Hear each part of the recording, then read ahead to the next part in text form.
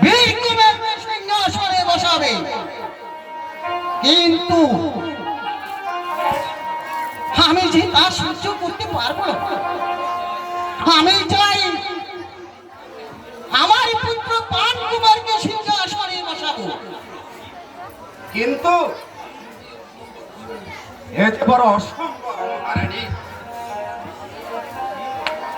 আমি সেই অসম্ভবকে সম্ভব করে তুলব। তাই তুমি শুধু আমার আদেশ পালন করবে। আমি চিরদিন আপনার আদেশ পালন করতে প্রস্তুত। তারপরে দেখবে আমার কাজ কিভাবে সফল হয়।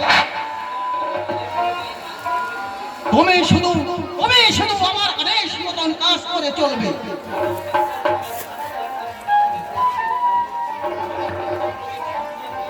যদি ভাগ্যের ক্রমে প্রাণ কুমারকে সিংহাসনে বসাতে পারে,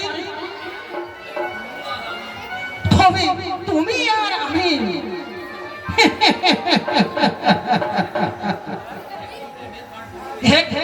একটি প্রেমের হাত বসিয়ে দেব। প্রেমের হাট? সেই প্রেমের হাটে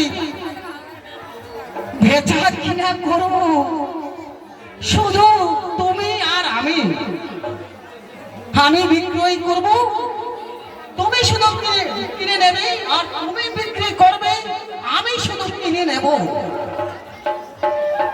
কেমন হোক অনন্ত সিংহ?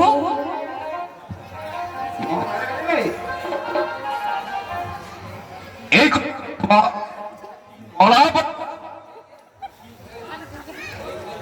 কিন্তু এই কাজটা করাবো। আরে শুনো, যতই কঠিন হোক না কেন, আমি এই প্রভা মহির কাছে কিছু বোঝা থাকবে না।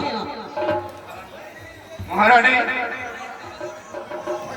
আমার দ্বারা যতটুকু সম্ভব আমি তা এতটুকু মাত্র ত্রুটি করব না।